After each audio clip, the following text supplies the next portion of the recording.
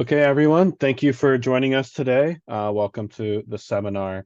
Um, as always, a reminder about TNT, which is the Translational Neuroengineering Technologies Network here at Hopkins, and kind of what we do. We are mostly a graduate student organization interested to connect anyone who's interested in translational neuroengineering. Um, both here at Hopkins and abroad, but mostly focused here. We bring seminar speakers like you guys are going to see today, but we also do professional development events, uh, journal clubs, happy hours, social events, things like that. And so we are always happy to have you guys join and be active. So thank you all for coming. A couple of things about the talk before we start. So our speaker is fine with any questions anytime, so just raise your hand and he'll get to them when he notices them. So feel free to interrupt. Also, as always, we'll have a poll near the end of the talk to give us feedback about this event and your interest in TNT. So please fill that out before you go. And those are kind of the main logistical things.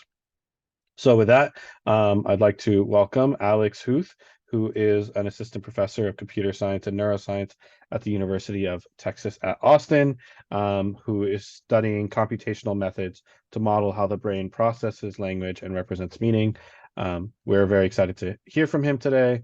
And thanks also a shout out to Julie, who's on the call, who set up the seminar today. So with that, I'll let him take over. Awesome. Thank you so much, Mark. And thanks to you and Julie for inviting me. I'm very excited to be here talking to y'all. Uh, okay, so I'm Alex Huth. I'm going to talk to you today about our work on encoding and decoding representations of natural language in functional magnetic resonance imaging, fMRI. So let's start kind of big picture. What do we do in my lab? We try to understand how our brains process language. We try to figure out like what happens when you're understanding language. That's kind of our core question. This is a big question. I don't think we're going to solve this question, certainly not today. But I think it's good to have a goal in the distance. So what I mean by this is, you can hear somebody speak. I'm speaking to you right now. I have ideas in my head, thoughts that are being converted through some strange process happening in my brain into a series of motor commands for my mouth, for my larynx, and thence into sound waves that are additionally being transmitted over the internet and then into your ears, where they enter your brain and are becoming ideas inside your heads. So this is kind of a system that we have. That language is the system for transmitting ideas from one person's brain to another person's brain, and this is the process that we really kind of want to map, that we want to work on in my lab. Is how does the words that somebody is saying, how does that become ideas inside your head? What's the format of those ideas? What does this process look like? So this is what we study at a very high level. We use magnetic resonance imaging, functional magnetic resonance imaging. I'm going to be showing you a bunch of pictures of brains. So let me first kind of orient you on how these pictures look so that you can understand what we're going to see here. So this is an MRI of one person's brain. The part of the brain that we really care about here is the cortex, the neocortex. That's the stuff all around the outside here. The other parts do something interesting and maybe important too, but for the most part, we're just going to focus on cortex. So using a high resolution structural MRI like this, we can actually create a 3D model of the cortical surface because, of course, it's actually kind of a sheet of neural tissue. It's not like a big blob. So we can create this 3D model of the cortical surface, and then we can inflate it so that we can see down inside of all these little folds. And then finally, we can make these relaxation cuts and then flatten the entire cortical surface out so that we can see all of the cortex in both hemispheres all at once. This is called a flat map. I'm going to be showing you many examples of this. It's just a convenient kind of visualization for brain data that appears on cortex. It's used heavily in vision neuroscience, but not as heavily in other fields. So that's why I'm orienting you. So of course, this is the left hemisphere on the left and the right hemisphere on the right.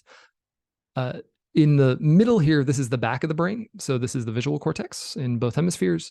This is the somatomotor cortex kind of towards the middle of each hemisphere. And then on the far edges, we have the prefrontal cortex out here. So we have many areas that we have defined using localizers or other things that we do on these subjects. And those are outlined in white here. So for example, these are the major visual areas, V1 through V4, higher level visual areas. This is auditory cortex. These are somatomotor areas for mouth, hand, and foot, and then some premotor areas here. But a lot of what we're going to be seeing, a lot of what we're going to be doing is actually getting at what's going on in these in-between areas. What's going on in all this part of the brain that we don't have kind of easy names for, easy answers for. Turns out that's where a lot of the interesting stuff in language processing is happening. Okay, so this is how we're going to look at the data. Let me tell you about the kind of experiment that we do. So we do a very unusual experiment, very unlike the standard experiment that you would see in cognitive neuroscience or cognitive psychology. All we do is we put people in an MRI scanner and have them listen to stories. That is 99% of the experiments that we do, 99% of the data that we take is just put person in scanner, play them audio, they listen to audio. That's it. We do this a lot. we get a lot of this kind of data for each of our subjects. So in this particular experiment, we had people go back in the scanner over and over again until we had upwards of 20 hours of data for each person. So this is collected over the course of months. They keep going back in the scanner. Each time we get about an hour of new data. Most of this is just listening to, well, like I said, podcasts. In particular, we use the Moth Radio Hour very heavily. It's a storytelling podcast. People tell true narrative stories about their lives off the cuff. So it's not like written down and then read, which gives it sort of nice linguistic structure. They're very interesting stories. This is a very fun experiment to be a subject in, as opposed to many cognitive neuroscience experiments, which are honestly kind of a drag. But this is just listening to podcasts, right? We all like listening to podcasts. So while the people are listening to stories, we measure their brain activity. We measure bold responses across the entire cortex every 2 seconds in these 2.6 millimeter by 2.6 by 2.6 millimeter voxels. I'm sure many of you know this, but bold is not neural activity. This is not saying which neurons are active. Bold is blood flow. Bold is blood oxygenation. It tells us where there's more or less blood. When neurons become active, they call out for increased blood supply. And over the course of a few seconds, the capillaries and vasculature in general react to this call and send more blood to an area where neurons are active. But we're not seeing neural activity directly here. This is more like, we're maybe trying to figure out what people are doing in an office building. We can't actually see what each person is doing, but we can see how often they flush the toilets. That's what bold is. So a noisy, kind of crummy measure in a lot of ways, but yeah, better than a lot of things. So we get this data. What do we do with it? Right? There's no hypothesis baked into this experiment. There's no easy kind of conditions to compare. There's nothing to test in a sort of simple deductive hypothesis-driven way. So all of the hypothesizing, all of the science actually comes after we collect the data, and it comes in how we fit models to this data. So let me tell you about how that works. Our basic approach we call encoding models or encoding modeling. It works like this. So we have these stories that we played for the subject. We know what all the words are in the story. We know exactly when each word is spoken because we've created nice aligned transcripts for the stories. These, of course, are played for the human subjects, and then we get responses from that. Now we can take these words and also extract features from them. So we're going to extract some kinds of language features using a number of different techniques that capture something about what is happening at each word, or even what is happening at each moment in time in this story. This is going to be some vector of values. Let's call that X here. And we have the responses R. And then all we do is we're going to fit a model that predicts R from X. Right. So X, again, is a vector of values. We're going to say our R is going to be a linear combination of the values in this X. So this mostly just comes down to fitting linear models, which there's a lot of art to doing it very well, but is kind of a basic thing. So the magic here then is, how do we choose the language features? Like, what do we use as language features? So one of the things that we've used in the past that was actually quite effective was word embedding vectors. So I'm sure many people are now familiar with this idea, things like word2vec, where you can convert each word into, say, a 200-dimensional vector that captures something about what that word means based on the statistics of how it's distributed in a large corpus of text. So in our earlier work, we use these word embedding vectors very heavily. We can fit the models. And we actually used this word embedding approach to map out what kinds of words different parts of the brain are selected for, different parts of cortex. So this is showing some of my work from my postdoc, where we were mapping, this is 3 different subjects here, and each color corresponds to selectivity for a different category of words.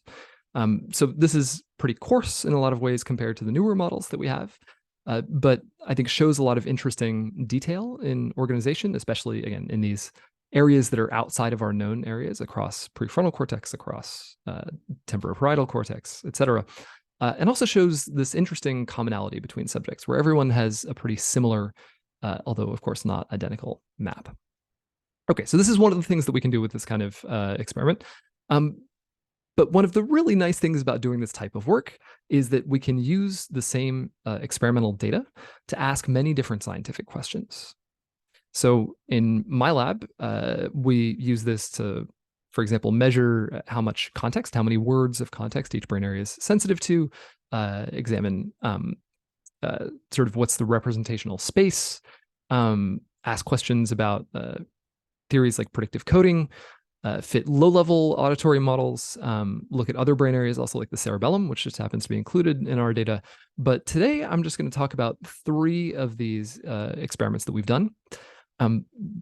One of them, so this has actually been published now. Can we decode continuous language responses from FMRI? That was published this week. I just haven't updated the slide yet.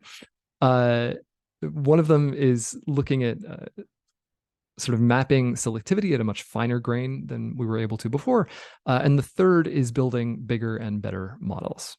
But the point I wanted to make here is that, again, because of our experimental approach, where we do this sort of hypothesis-free data collection and then modeling post-hoc, we can ask many, many, many questions using the same data set. It's sort of very efficient in terms of reuse of the data set.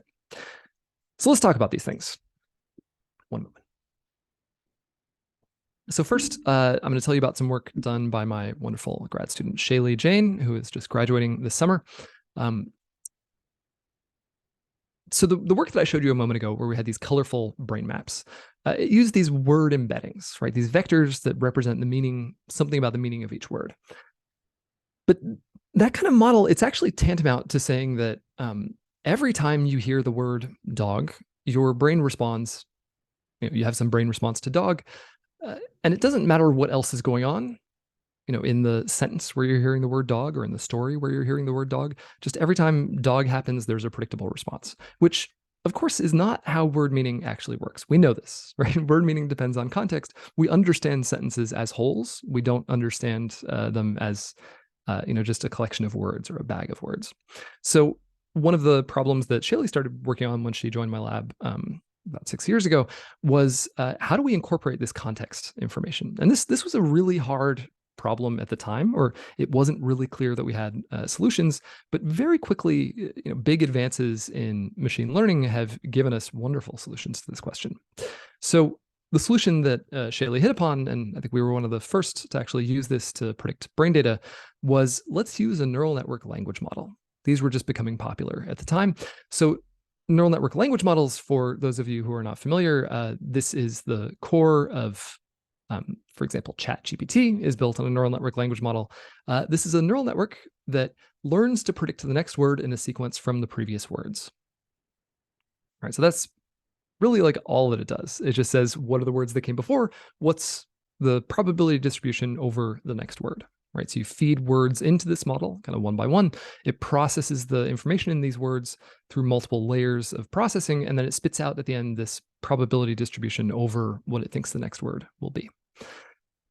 So there have been many papers now that look at this relationship. This used to be a kind of complete list, and now is hopelessly inadequate. The first work comparing neural network language models to brains was done by Leila Wahebi when she was a grad student in Tom Mitchell's lab at CMU. This was working with MEG data and sort of early neural network language models. We had, I think, the first thing that showed it in FMRI, and there have been many, many papers since then that examine the same kind of model. So how does this actually work? How do we actually use this neural network model to model our brain data? What we're going to do is we're going to extract the internal representations of this model, right? So we're going to feed in the words as if we wanted to predict the next word. We don't actually care about what it predicts as the next word. We're going to extract some vector that is a representation from the inside of this model that says kind of what is this model doing? How is it representing the information in these words so that it can eventually solve this task? But this ends up being just a really nice representation of this sequence of words, a very useful representation of the sequence of words. A lot of the field of natural language processing has moved toward just using these kinds of representations to solve all kinds of tasks. They're remarkably effective at this. The exact model that I'm going to show you results here from is actually GPT. This is GPT-1, the sort of early predecessor to ChatGPT and GPT-4. We've done a lot with GPT-1. I will show you a little bit at the end where we're moving sort of beyond this early model. But okay, so we can extract these representations from somewhere in the middle of a GPT model, and then we can use them to fit our brain data as before, right? So just like we had a vector for each word that was a word embedding vector, here we have a vector for each word that is this contextual embedding vector, this thing from inside the GPT model that says, how is the model thinking about the sentence kind of at the point where it read this word? So first, we compared the prediction performance of these models. So this is another aspect of this kind of work that I didn't mention in detail before. We fit the models to our brain data, but then we also test them on new brain data, right? So we have people listen to new stories. We predict the responses to those stories using our models that we fit. And then we can measure the correlation between the predicted and actual responses on this held out test set. And this gives us a very nice sort of numerical measure of how well we can understand what the brain is doing. Not understand in like a philosophical sense, but understand in kind of a mathematical sense. How well can we model this? How well can we capture what each part of the brain is doing? So we measure this correlation, this prediction performance for every voxel separately. We fit a separate model for every little voxel. There's about, 50, 60,000 that cover the cortex of each subject. And here we've colored each voxel according to how well it performs with both the word embedding model and this transformer-based model, the GPT model. And so the brightness is kind of overall, how well modeled is this voxel? But then the color, this blue to red axis, is telling us whether the voxel is better predicted by the embedding model, then it would show up as blue. And if it's better predicted by this transformer model, the GPT model, it would show up as red. And what you can see is that the result here is very strong. There's a huge difference. The word embedding model is just absolutely thrashed by this transformer language model based model. So this is a much, much better explanation, mathematical model of these representations of language across pretty much all of the parts of brain that we can predict at all. So prefrontal cortex, absolutely massive improvements there. Temporoparietal cortex, maybe a little bit in auditory cortex where there's lower level representations. It doesn't matter that much. But in general, this sort of context-based model works fantastically well. Can I ask you a question? Please. Yeah, so can you tell us the dimensionality? You mentioned that the word embedding vector was about 200 dimensions. What was the dimensionality of vectors that you're using from the transformer model? So actually, the word embedding vector that we're comparing to here is 985 dimensions. It's not one of these standard glove word to vec models. This was a more bespoke thing that worked a little bit better than those. So it's 985 dimensions. The GPT-based model is 768 dimensions. So it even has slightly lower kind of capacity than these word embeddings, but it's still doing a better job at fitting this data. I will say, the dimensionality of the word embeddings, it doesn't really matter that much. 400 dimensional models work about as well as this, 1,000 dimensional model. If you make it very small, they start to work a little bit more poorly, but they're pretty comparable between these two. Great, thank you. Yeah. Okay, so we have these new models, right? These language model based encoding models that say, we can predict very nicely what each of these voxels is doing. Let's go to a second stage. So now that we know that we can predict these voxels, maybe let's ask what information is actually represented in each model. Can we interpret these models that we fit? Can we see like what does each voxel care about now that we have a model that predicts it well? So to do this, Shaley designed this kind of in silico experimentation paradigm. So we build this library of tens of thousands of phrases. Excuse me. In this model, we're only using kind of 10 words of context. So each of these phrases is a 10-word string. We can feed each of these through the encoding model for one voxel to get a prediction of how that voxel would respond to that phrase. Just a number, right? Is it going to have a big response or about zero response or a small response? So what we're showing here is this is actually the sorted predicted responses across these 140,000 phrases. These error bars are showing if we bootstrap our model fit. So if we fit on sort of bootstrap samples of our large data set, how much variance is there in how big our predicted response? So how reliable are these kind of predicted responses to these phrases? And you can see that, the error bars, they're not minuscule, but clearly the things that are at the top end of this distribution are almost certainly going to be actually the best phrases that drive what's happening in this voxel. Right. So this is just one particular voxel. Let's take a look at actually what this can tell us. So I'm going to show you an example here. This is one little voxel in medial prefrontal cortex. In this particular voxel, the transformer-based model had a correlation of a little over 0.4, the prediction and actual responses, which is quite good in general for this kind of data. The word embedding-based model was around 0.2, 0.25. So we can look at both what the best phrases are for the transformer and what the best words would be according to the older embedding model. I've highlighted here the last word in each of these phrases because that's kind of the point at which we're extracting the vector. So the way to think about this is that the model, it sees this 10-word phrase, but it's kind of predicting the response around this last word. That's what it's trying to predict here. So the last word is the most important in the phrase, and working backwards, it is kind of less and less important. So the best phrases for this voxel are things like motioned for me to sit next to him and thanked me, started to ask the lady a question. She said, "Excuse me." And she comes out and she says, "Look, I'm really sorry. You should probably go back in there." So I say, "Thanks." So across all of these, interestingly, there seems to be kind of a concept of politeness. This is we have to interpret what's going on here, but all of these are examples of somebody being polite, right? Thanking someone, "Excuse me," apologizing, etc. The best words, according to the embedding, are kind of describing politeness, right? So charming, gentleman, pleased, friendly, kindness, etc. But I think it's really neat how this transformer model gives us these very specific examples of the kinds of things that this particular voxel cares about. I use this particular voxel as an example because I think it's also neat that it shows us something that I think we wouldn't expect to be kind of an important linguistic category. I'm not saying that it is an important linguistic category, right? Politeness, but this is something that I think if you sat 100 linguists or neuro-linguists down in a room and said, "What are you going to have specific brain areas that care about?" Phrases being polite is, I don't think, one that would come up very often. And this is the kind of thing that we see here with this very data-driven approach, right? So, okay, so I'm kind of stopping the story about these contextual models a bit early.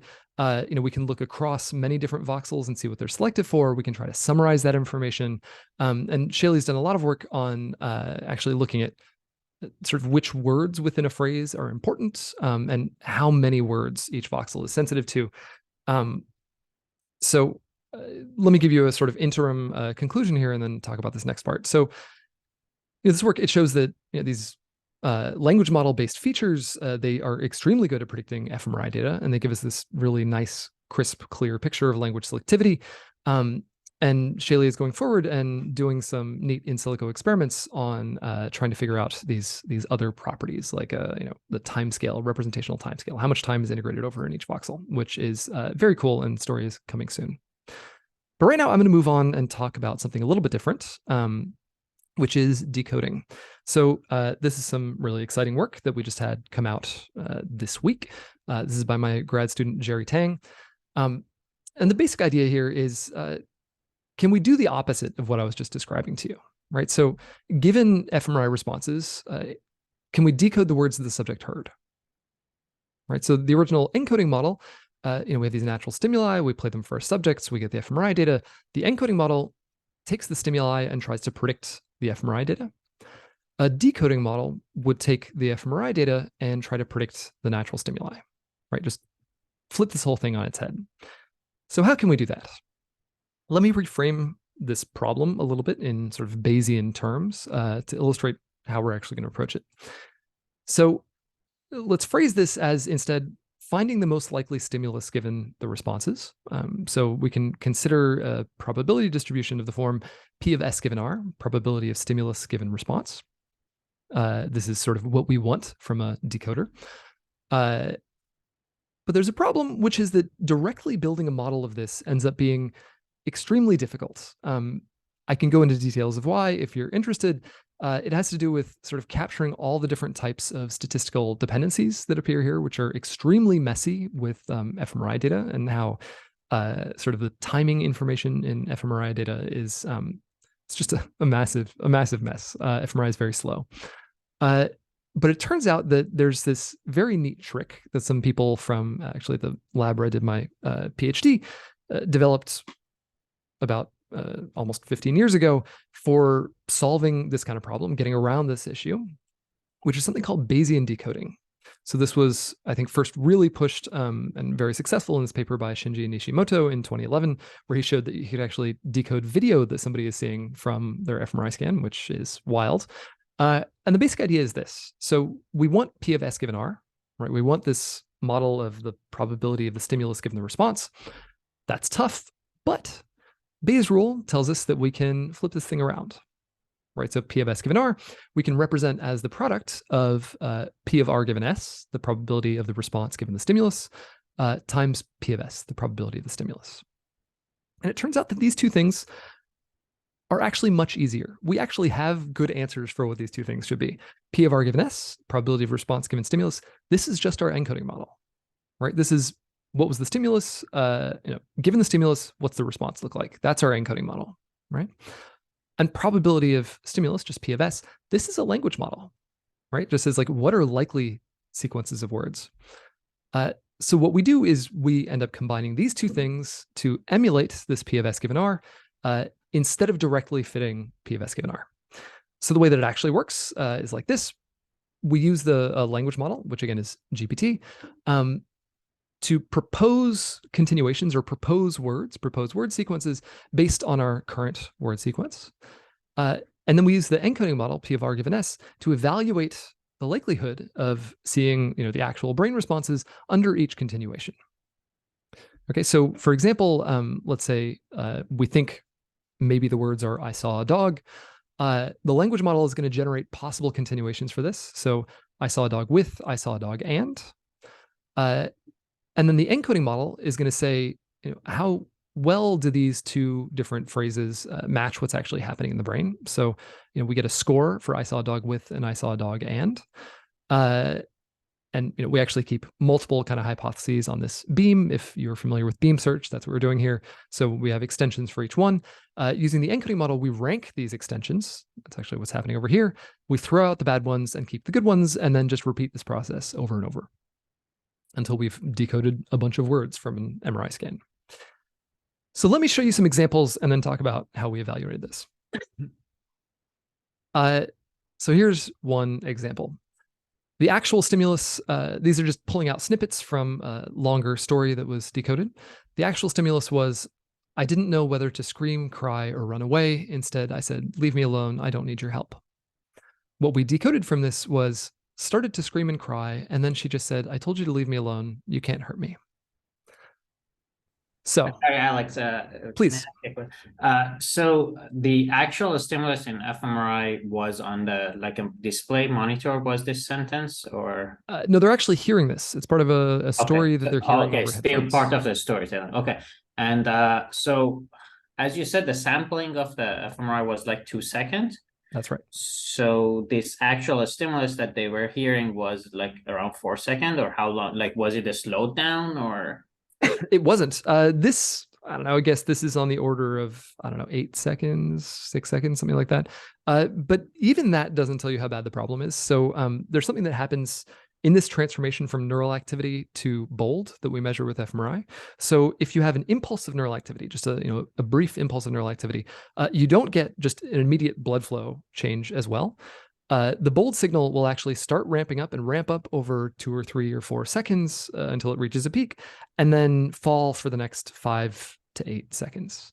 So one impulse of neural activity becomes, this kind of 12-second maybe time course of bold activity. So, even if we were just looking at 1 2-second snapshot of the brain, with one fMRI volume, that would still represent sort of a mixture, this messy smear of the last like 12 seconds of words that the person heard. So it's a very bad problem, the timing problem here. It's very tough. And this is why this like Bayesian decoding approach ends up being really important, because the sort of this process by which impulses of neural activity would become this bold signal, this slow bold signal, this is all captured inside our encoding model. So we fit these convolutional kernels inside the encoding model that kind of capture this long time dependence.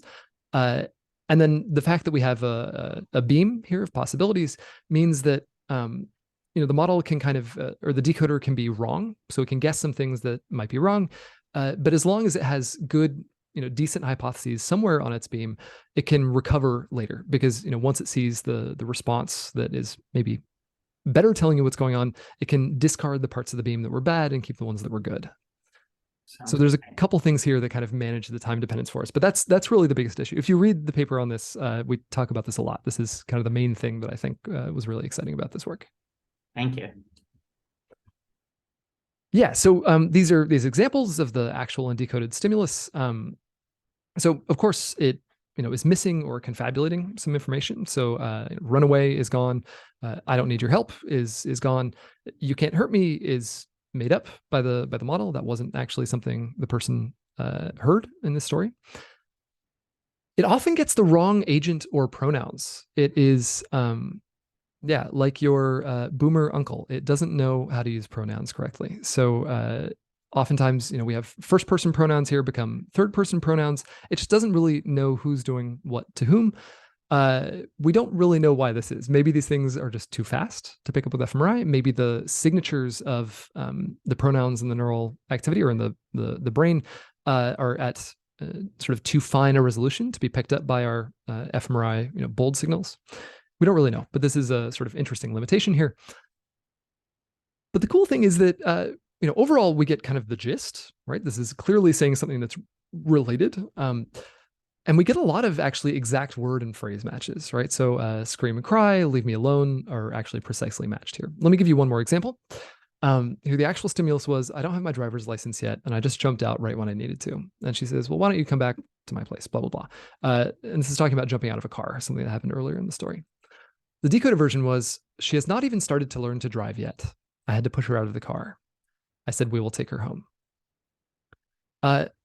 So it has these nice approximate, gist preserving matches. I don't have my driver's license yet. She has not even started to learn to drive yet. Very few of the words are actually the same here, right? I think only the word yet is actually the same, but clearly this is kind of getting the same meaning. I jumped out, had to push her out. That's, clearly different semantically, but there's still this sort of prepositional thing happening, somebody going out of something. We get some exact matches. I always think this is kind of cool. I don't know how much to read into this, but the decoder here actually inferred this noun that was missing in the ground truth. So I had to push her out of the car. That is what, I mean, not the pushing, but jumping out of a car is something that happened in the story. It wasn't actually said explicitly here. but this is something that the model actually pulled out. There's a question from Matson who says, sorry, I maybe missed this. What's the underlying language model used to generate predictions? It's GPT. It's GPT-1 in this case. GPT-1 that's been fine-tuned to act at word level instead of byte pair tokens. Sorry, Alex, can I? So there was an article actually yesterday. So I was looking at it that it was about the GPT-4, that how actually when you ask some questions, the answers are kind of biased, gender biased. Mm-hmm. So like things that like screaming was just like actually was there like what with she or things like that. Do you think your prior, which is your language model, can create this messing up the pronouns? I think that's totally plausible. Yeah, definitely. Right. We haven't done work on like debiasing this model. We did fine tune it on a data set of stories like this one, not including our actual stimuli here, but we've transcribed thousands of other stories. And this is, I think, more gender balanced than probably the original data set that it was trained on. So I think it might be a little bit better than like classic, just off the shelf GPT, but this is definitely still a potential issue. Yeah. Yeah, Mark, do you have a question too? Yeah, so maybe this is complicating the problem a bit, but I'm noticing that, you're leaving out punctuation, intonation, all this other contextual information. And in the actual stimulus, they're getting that, but in your produced decoded output, you're not keeping any of that. So, or it's not coming out of your Right. model. So I guess I'm wondering a little bit about, is your model still picking up on those things? So And it's learning because of the way people, maybe the speed at which people say things, or whatever, or emotionality. I'm just curious what's going on. Yeah, no, that's a great question. So I think there are there are correlations, right? So there are going to be correlations between some of these linguistic properties, some of these like word level properties, or things that we can read out of the word sequence, and some of these we'll call like extra textual things like intonation, prosody, how people are expressing these things. Our model does not capture that directly. If it captures it to any degree, it is just implicit here.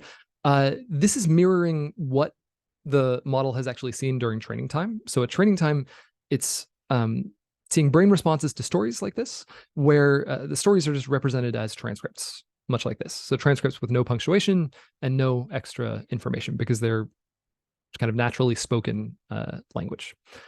Inserting punctuation is actually really nightmarish in somebody telling a story like off the cuff. It's very unclear, like, are there sentence boundaries? Where should the sentence boundaries be? Is this whole thing like one long run-on sentence? Yeah, it's kind of a mess. But so this is mirroring like what the model has seen. We are very interested in like combining this with other models that do get at that kind of information, at least at the sort of intonational prosodic information, but we don't have results on that yet. Okay. And again, though, the actual stimulus, so right now you're representing it to us in this text, right. But in reality, so like if someone has a pause in their sentence, they are getting that in, that's affecting the MRI output potentially, right? But here it might not be texted, put in the text, like might say driver's license yet, ... That might be the actual case, but it's not reflected in this stimulus you're showing us. Yeah, that's right. Okay, cool. Thank you. Okay, so I've shown you these like qualitative examples of how the decoder, kind of captures the gist of the original. It doesn't get most of the original words correct, or the individual exact words correct. Let's look at some quantitative measurements of this. So the word error rate, which is a standard metric that we might worry about here, is above 90%, right? We're not getting many of the actual exact words correct.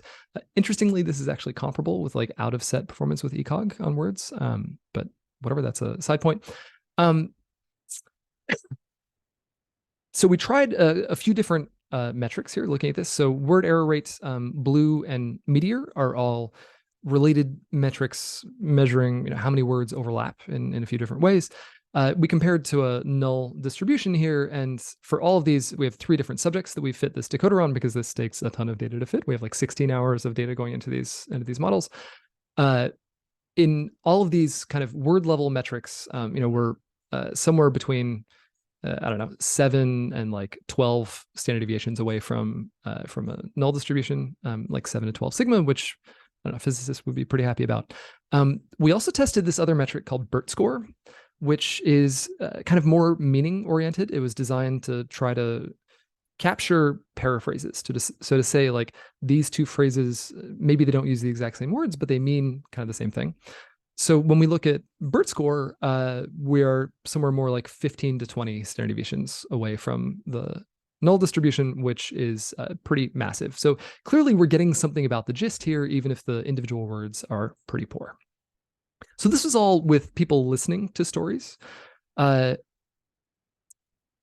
me see. Sorry, there's a question from Michael. How sensitive is the model performance to choice of prior? How much of the posterior choice is dependent on bold data likelihood versus prior probability?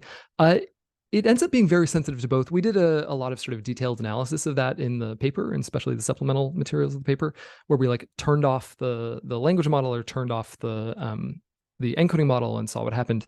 The encoding model is absolutely critical. The language model just kind of coerces things to look like English. Okay, so this is all on people listening to stories, right? But the kind of interesting use case here, if we want to use this, for example, helping people who have lost the ability to speak due to brainstem strokes or strokes that give them aphasia, we won't have that with people listening to stories. We want them to be kind of speaking inside their heads. So we did a second experiment here where we had people imagine telling a story in the scanner. We had these people go back. We had them memorize these little 1-minute segments of stories, and then tell them inside their heads in the MRI scanner.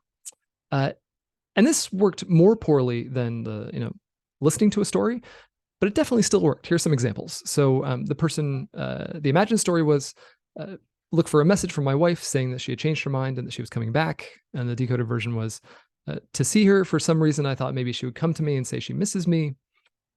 Rough, but kind of same gist.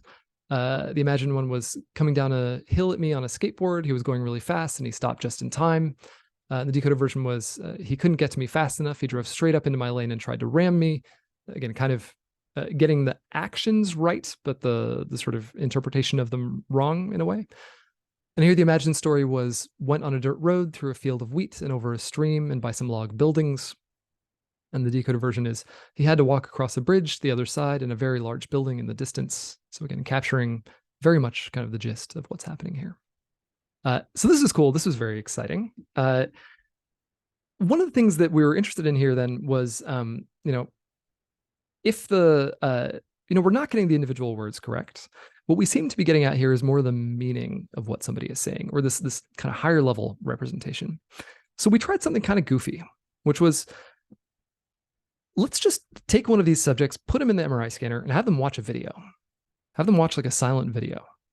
Can we then just take that data, put it into our word decoder, and decode words from them watching this silent video? So we tried this. Let me show you an example. It actually worked surprisingly well. So this is this is going to show the video on top and the decoder prediction on the bottom. I will read it as the video goes. So here it's be so sad. She said, I know you did it for me and for you. She then took my hand and held it to her lips. She kissed it. I smiled and she pulled me in for a hug. I got her back for about something hours. I had to stop the bleeding and she gave her my shirt to put over it. So the language is like a little bit more garbled here, and the relationship is a little bit looser, but it's clearly related to what's happening in the movie, right? So even in this stimulus where there's no words, person is not hearing words, they're not hearing anything. They're not even actively like trying to turn this stimulus into words. Just whatever is happening in their head, the idea of what's happening in this video, we can kind of pull that out as words, which is exciting, right? So we take this to mean that the decoder must be getting at something like meaning. Okay, let's see. I'm going to skip this next one in the interest of time. Turns out you can control what's decoded through attention. Sorry, there's a question from Mark. For the imagined input, this is someone rehearsing a sentence story in their head. Yeah, so we had them practice telling this like 1 minute story or a few different 1 minute stories over and over and over until they got pretty consistent at the timing. We recorded them speaking that story right before we put them in the scanner, and then we had them do the same thing, just not say it out loud. Right? Sorry, Alex. Yeah. The part that they were showing the silent movie, were they like kind of, were you asking after that, like whether they were actually thinking about that? Because like, would it be decoding the visual information or actually decoding the word information? Yeah, so I think this is actually from my brain. I was one of the subjects in this. And I can tell you, shoot, I wanted to pause it there. That didn't work. What was going through my mind at this very scene was not this, actually. I was thinking like, oh God, it's going to bite your hand. Don't do it. I see. Okay. But what it pulled out was this sort of more description of what's happening in the scene. So it seems like that was kind of overwhelming this maybe little, running commentary that was going on as well. Okay, so kind of is then the description of the visual information. Yeah. Okay, Yeah. thank you. Can I ask a somewhat related question about Please. this? So I assume that your encoding, so to do this decoding, you obviously need an encoding model, which I assume is roughly the same one that you showed in the first half of the talk. Exactly the same one, in fact. So is it possible? I mean, this is not a criticism. I'm just trying to understand the implication of this better. Is it possible that you might be actually missing out a lot of brain areas that might be involved actually when you're trying to generate a speech or when you're like, coming up with an ideas rather than passively responding to what you just heard, just by using the encoding model? Yeah, absolutely. Right. So this was a big kind of test of transfer here, right? So we had trained this encoding model on people listening to stories, and then we were testing it in this case where they were kind of imagining speaking stories, right? Which might be quite different. This might have just like not worked at all, right? If they were actually very different. The fact that it did kind of work means that there's a lot of shared structure between the representations. But if there's some additional unique part that you utilize when you're generating an idea, right? There's a possibility, and it might be actually likely that you might be missing it. And in fact, actually, if you have some understanding of those parts of the brain, this will work a lot better. Is that a fair statement? Absolutely, yes, okay, yes. It's just very hard to train models. Yes, I understand that, but I just like to understand what this means. Yeah. Cool. Okay, so yes, I'm going to skip this attentional control part. If you have people listen to 2 stories, they can pick which one gets decoded, more or less. Cocktail party kind of thing. I want to show this. So, one of the things that we did here was we were kind of freaked out by this a little bit. We're kind of decoding words that somebody is thinking, more or less, right? This has implications for mental privacy, right? This is potentially a dangerous thing. So we wanted to test the limits of this. Like, can a subject make it stop working if they don't want it to work? Can they just shut the decoder off? So we had people do this decoding resistance experiment. So we played them a story, but while they were listening to the story, we asked them to do these different resistance tasks. So, either just listen, this is our passive condition, do a mental math, count backwards by 7s, do a semantic task, name as many animals as you can, or do this full linguistic task, tell a different story in your head, one of the stories that we had them memorize for the other part. And when we did this, ignore the things on the right here. This was asking, like, if we only decode from some parts of the brain, can we defeat the resistance? We can't. Overall, we found that all of these tasks reduced the decoding performance. The count one, the mental math one, didn't reduce it significantly, actually, which is actually kind of, I feel like, introspectively true, that if you just count backwards by 7s, if you get good enough at this, if you do it for a couple minutes, then you stop having to think about it and you can do other stuff in your mind as well. But the semantic tasks, so the name and the linguistic tasks, the telling a story, those really did suppress the decoding performance. And this actually got to the point where we don't show any examples here where you can't read anything out. There's nothing useful that comes out of this at all. So the subject can definitely like turn this off if they want to. Okay, so here's some conclusions on the decoding. This works surprisingly well on language perception, much better than kind of we thought it would on FMRI. It works on imagined speech and this non-linguistic stimuli, and it's subject to conscious control by the subject with this attention experiment and the resistance task. And again, this was all work by my student, Jerry Tang. So I have a very short bit left here. I will be done in like 2 minutes, and then I will take a bunch of questions. So the last thing I want to talk about here, so like I said, this was all using this GPT model, GPT-1, right? GPT-1 is long in the tooth. It's old. It's only 2019 old, but it's old. We have very big language models these days. There are large language models. We don't have access to GPT-3 or GPT-4, but there are other open source things out there that we could test. So my student RJ Antonello has been working on this, which is it's a lot of like engineering challenges getting these really big models to work. So we tested especially the family of OPT models, which are open versions of the sort of large GPTs. And what I'm showing here is on the x-axis, this is the log of the number of parameters in the model. So going from a little over 100 million parameters, this is the scale of the sort of GPT model that we were showing before, up to 10 billion. This would be 100 billion parameters here, up to 1 trillion parameters. We don't have models that big, but on the y-axis here, this is the increase in encoding performance for these models above this baseline.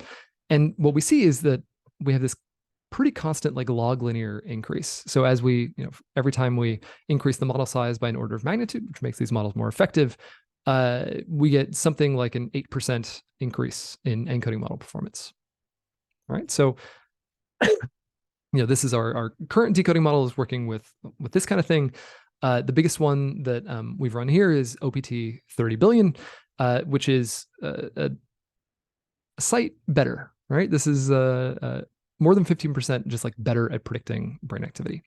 And if we go out to things that are maybe GPT-4 scale, we don't actually know how big that would be, but maybe that would be even better.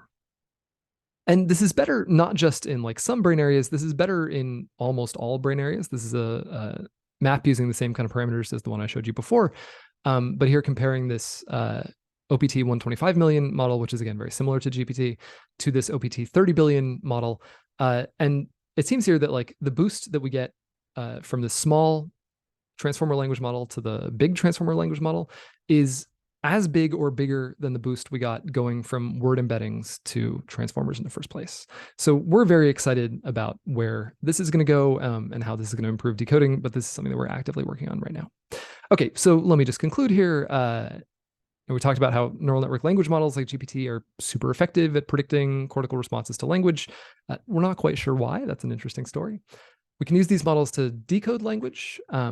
We think this will improve with better language models, better encoding models. We're also interested in trying to improve this with closed loop decoders, where we actually show the person back kind of the words that we're decoding.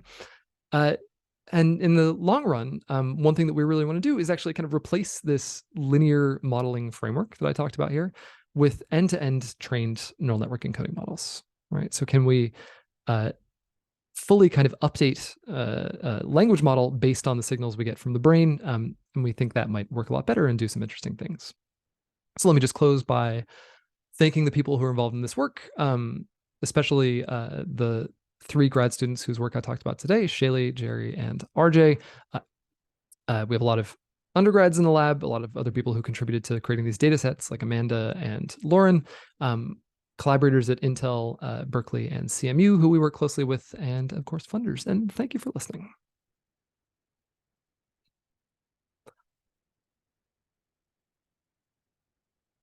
Excuse me.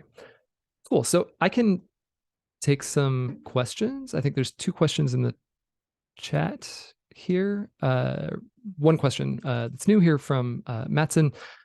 Does limiting decoder training also reduce performance, assuming cross-subject decoding is limited? Yeah, big time. So we show this in the decoding paper. If you check that out, we actually get a very similar relationship to.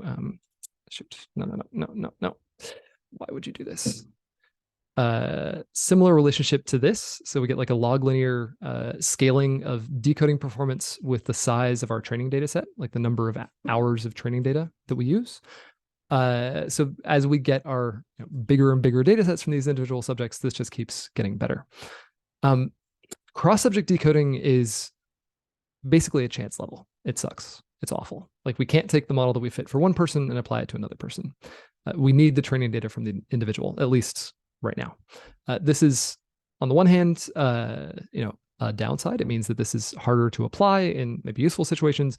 On the other hand, it's maybe an upside also, that you can't just stick any random person in an MRI scanner and read out the thoughts that are happening in their head. I'm kind of glad that that's not possible. Yeah, Dale? Yeah, that was great. Thank you. And this might be a bit naive question, but have you tried to see whether you can find any regional differences in terms of how they're best fit by different components or layers in the GPT model, as people have done in the ventral stream in the visual system? You mean across like different brain areas, like which ones are better fit by different layers in these models? Yeah, so that's been super interesting, actually. It turns out it's a very different story than what people find with the ventral visual stream and the convolutional neural networks. There you have this kind of clean hierarchy. In fact, I have a slide on this that I turned off. Maybe I can include that. Yeah. So, in these earlier kind of works, both in vision and in audition, people found that when you have these models that are trained for some task, right? Like take in an image, categorize what it is, or take in some audio, figure out what word is being spoken or what genre of music it is, whatever. When you have these kind of hierarchical models like this, you get this nice progression across cortex where early visual areas are well modeled by the lower layers of these networks, higher visual areas are well modeled by the higher layers of these networks, and similar in auditory cortex, lower layers, lower levels, higher layers, higher levels. With these language models, that doesn't happen. That really doesn't happen. In fact, the layers that are best for predicting brain activity, it's pretty much the same layer almost everywhere. And everywhere except for auditory cortex, where it tends to be some lower layer stuff. But it tends to be some layer that's actually in the middle of this model. Like this was not an accident that I had this pointing out of the middle. The lower layers are worse overall, quite a bit worse. The upper layers are also worse. And we don't know exactly why this is, but one thing that I would theorize is that what's happening in a language model, in an autoregressive language model like this, is quite different than the types of convolutional models that I was showing on this other slide. This is going from one type of representation to a very different type of representation, right? This is an image to a image category or image class. This is a sound waveform to genre, again, a class. Whereas with language, we're going from words on the input to word on the output. We're kind of going from the input space and then out into something else and then back to the input space again. So I think that's maybe a kind of way to think about this, is that these middle layers, they're the ones that are kind of the furthest from the input, right? The layers at both the beginning of the model and the end of the model are kind of pinned to the structure, to the exact words that are appearing in a way. But the middle layers are the ones that are freest, and they end up giving us these most useful and most interesting representations. Fascinating. Thanks a lot. For sure. Any other questions? I'm happy to answer. I do have actually a couple. Please. So one of them is like a very broad or more broad question, which is how much you have explored or thought about like the translational aspects of getting speech out for locked in syndrome or whatever. Do you do any work on that? Or yeah, so we haven't done work on this yet. There's a few other problems that need to be solved before we get to that point, I think. Ideally, this would work in something that wasn't fMRI, right? fMRI is not actually, it's useful for research, but it's not practical for any kind of real use, right? It's a massive multi-million-dollar machine, expensive to run, et cetera, et cetera. So getting this to work in like a different neuroimaging modality would be huge for this. We're especially kind of excited about FNIRS for this purpose, functional near infrared spectroscopy, which is the same signal, same underlying signal as FMRI, but it's using Fascinating. infrared lights on the head instead of massive magnet. So potentially much more portable. We are pursuing like some angles on this though, and one that I think is really interesting and exciting is the potential that this could help people who have Broca's aphasia, for example. So there are other like assistive, communication brain-machine interfaces out there, especially work from David Moses in Eddie Chang's group at UCSF. They've actually implanted electrodes in people who have locked-in syndrome and given them a way to speak words. But their system works on kind of the motor output. So they're looking at like, what is motor cortex doing, right? When a person is like trying to say something, even though they can't, they can vocalization. Exactly. Yeah. People who have Broca's aphasia, that's already past the point that things are broken, right? Their motor output is often just fine. It's something like slightly upstream of that's taking ideas and putting them into words and sort of generating the plan for the motor output that gets broken. So that kind of technique where you're looking at the motor output, that wouldn't work in that kind of case, but it might work in with our kind of technology where we're getting at like what is the idea rather than what is kind of the way that somebody is kind of structuring the output. So we're excited about that. We're pursuing this. We don't have any results there yet. Cool. I have more, but maybe we can do the chat question and then come back to me. Sure. So there's a question from Catherine. Has there been any work done on the effect of the emotional salience of a story on decoding accuracy? That's super interesting. We haven't looked at that. The stories are mostly like quite emotional, like many of them are, because that's kind of how they were selected to be on the radio or chosen to be in this podcast, The Moth. That's also what makes them kind of interesting and fun to listen to, is that they have all this kind of emotional content to them. So it's definitely there, but we haven't looked at how that kind of affects things. We don't have good measures of sort of emotional salience. Like presumably this is something that should vary during a story. Like there are points that are sad, there are points that are funny, etc.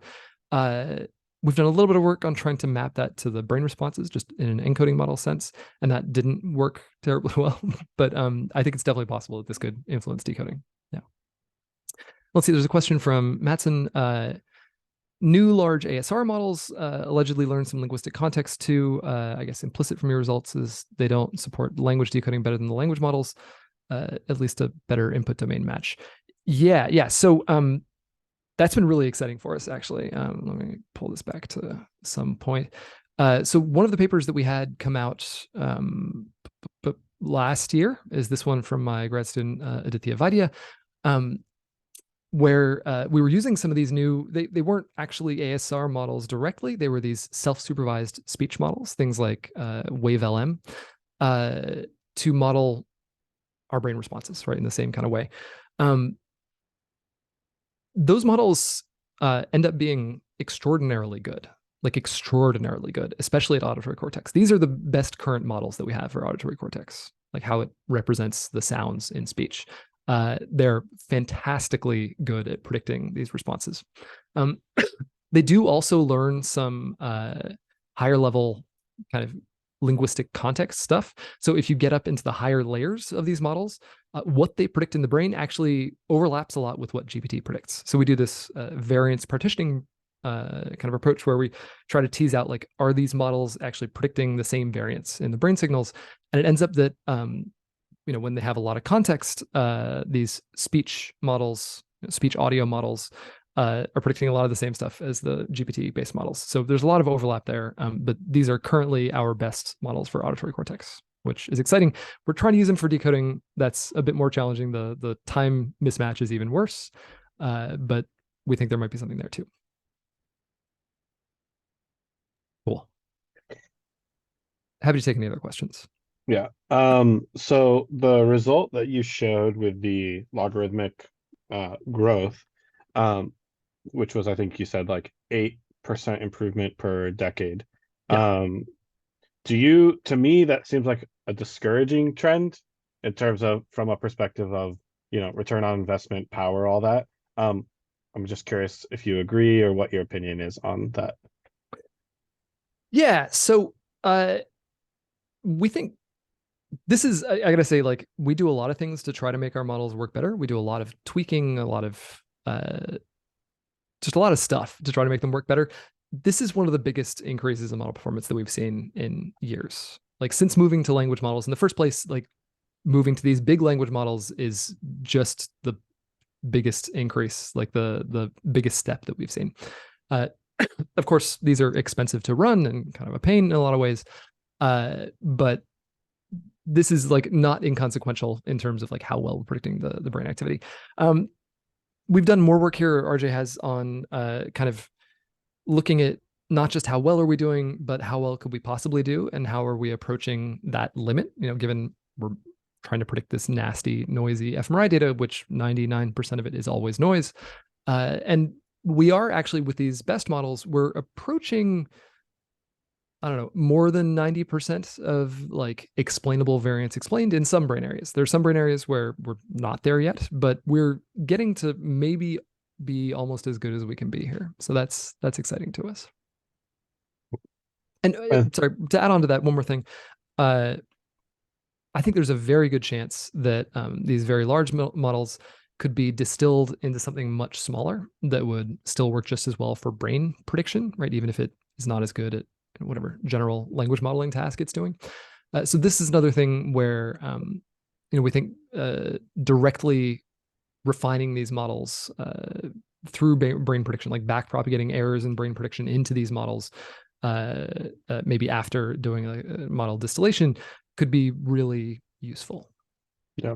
And I imagine if you have a different data source or completely different like internal structure, then potentially you'd get bigger architectural level improvements. So yeah. All right. My last question.